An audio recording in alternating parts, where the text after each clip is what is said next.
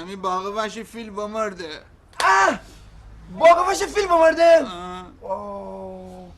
خدا تو رو قوم بده. حالا فیل بسی ناراحتی؟ نه بابا امی از صاحب باقی بگفتی داره فیلی رو با غبر بکنه. فیل ره؟ بس بینم فیل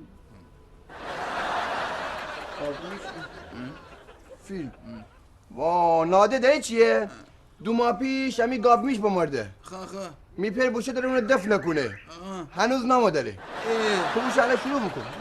بوشه الان شروع بکن شاید با هم دیگه بگرده تید بموید.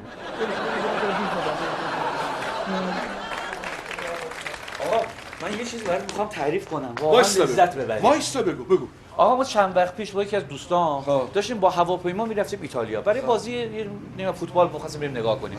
آقا وسط راه بودیم یه وقتی تو هواپیما من داشتم روزنامه می‌خوندم اون داشت چای می‌خورد. یه دفعه دیدم هواپیما داره ریپ میزنه. وای داره چی میشه؟ چه اتفاقی داره میفته؟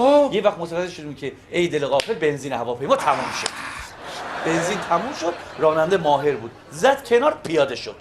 2 تا 4 لیتر برداشت منتظر موند یکی 2 تا هواپیما یه هواپیما داره رد میشه نگه داشت. بنده خدا اومد 2 تا 3 تا میگم 4 تا 4 لیتر داد ریختیم تو باد دوباره حرکت. همه سرازیری‌ها رو خیلی آروم اصلا خاموش میکرد موتورشو. بعد خیلی با موقع فرود با موتور خاموش اومد نشست توی باند. انقدرم خوب نشست انقدرم ماهر بود اصلا هممون کیف کردیم. بعد هیچ چیزی رفتیم دیدیم 2 لیتر اضافه مونده همون راننده رو پیدا کرد اون بنزینشو برگردون باشه. شما شانس آوردید.